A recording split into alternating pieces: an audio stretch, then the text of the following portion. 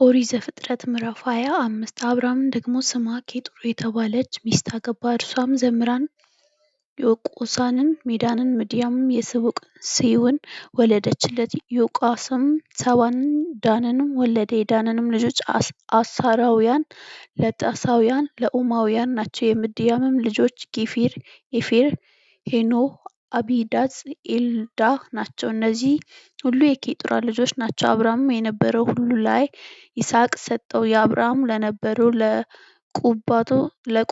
ለቁባቶች ልጆች አብርሃም ስጦታዎች ሰጣቸው። እርሱም ገና በሕይወት ሳለ ከልጁ ከይስሐቅ ለይቶ ወደ ፀሐይ መውጫ ወደ ምሥራቅ አገር ሰደዳቸው። አብርሃምም የኖረበት የዕድሜ ዓመታት እነዚህ ናቸው፤ 175 ዓመት ኖረ። አብርሃምም ነፍሱን ሰጠ፣ በመልካም ሽምግልና ሞተ፣ ሸመገለ፣ ብዙ ዘመንም ጠገበ፣ ወደ ወገኖቹም ተከማቸ።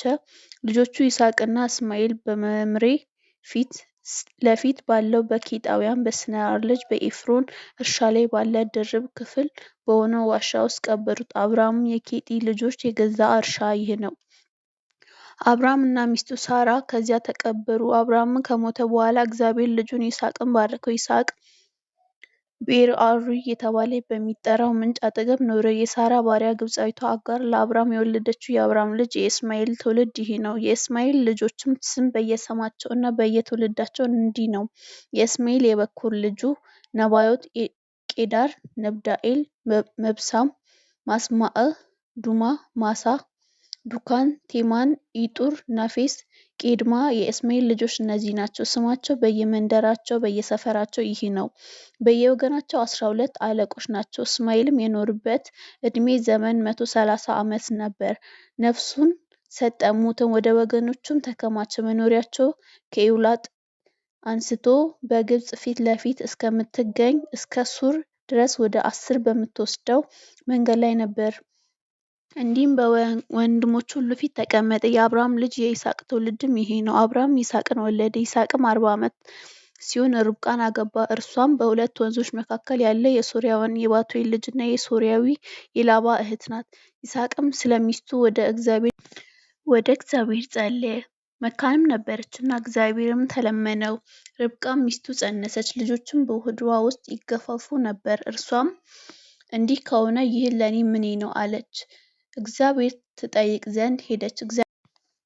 አላት፣ ሁለት ወገኖች በማኅፀንሽ ናቸው፣ ሁለቱም ሕዝብ ከሆድሽ ይከፍላሉ፣ ሕዝብም ከሕዝብ ይበረታል፣ ታላቁም ለታናሹ ይገዛል። ትወልድ ዘንድ ዘመኗ በተፈጸመ ጊዜ እነሆ በማኅፀንዋ መንታ ነበሩ።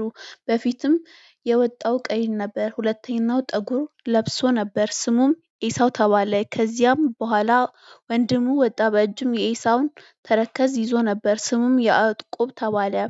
እርሷ ልጆችን በወለደችው ጊዜ ይስሐቅ 60 ዓመት ሆኖት ነበር። ብላቴኖቹም አደጉ። ኤሳውም የሚያውቅ የበረሃ ሰው ሆነ፣ ያዕቆብ ግን ጭምት ሰው ነበር፣ በድንኳኑ ይቀመጥ ነበር። ይስሐቅም ኤሳውን ይወድ ነበር፣ ካደነው ይበላ ነበር። ርብቃ ግን ያዕቆብን ትወድ ነበረች። ያዕቆብም ወጥ ሠራ፣ ኤሳውም ደግሞ ከበረሃ ገባ።